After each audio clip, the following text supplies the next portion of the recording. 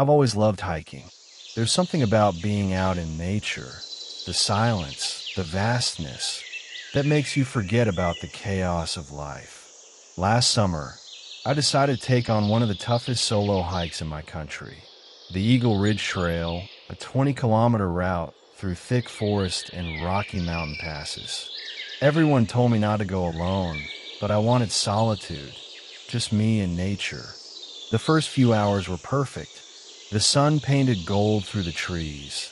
The air smelled of pine, and every step felt like freedom. But around 3 p.m., the sky started turning dark, faster than I expected. My weather app said it would be clear all day. It lied. By 4 p.m., heavy rain was pouring. The trail turned into a river of mud. My phone lost signal. I tried to keep calm, checking my compass and map, but soon the paper was soaked. Useless. I was officially lost. I walked for what felt like hours, trying to find a recognizable marker.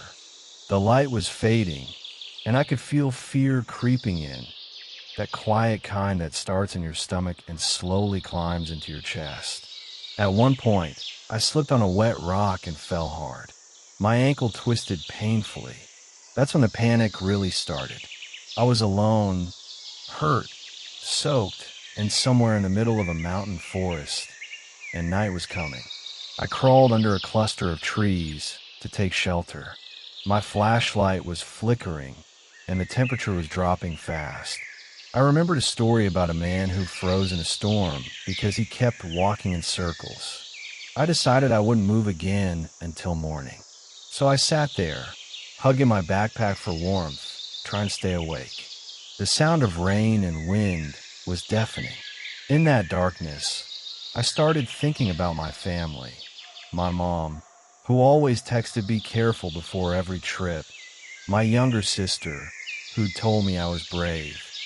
And for the first time in years, I cried. Not from pain, but from regret.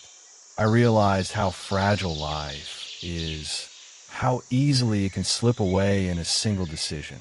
At some point in the night, I saw a faint orange glow through the trees. I thought I was hallucinating, but then I heard voices, real voices. I shouted as loud as I could. Minutes later, 2 forest rangers appeared with flashlights.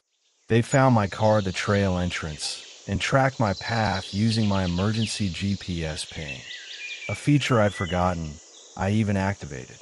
When they reached me, one of them smiled and said, "You gave us quite a scare. You were lucky." Lucky. That word hit me hard.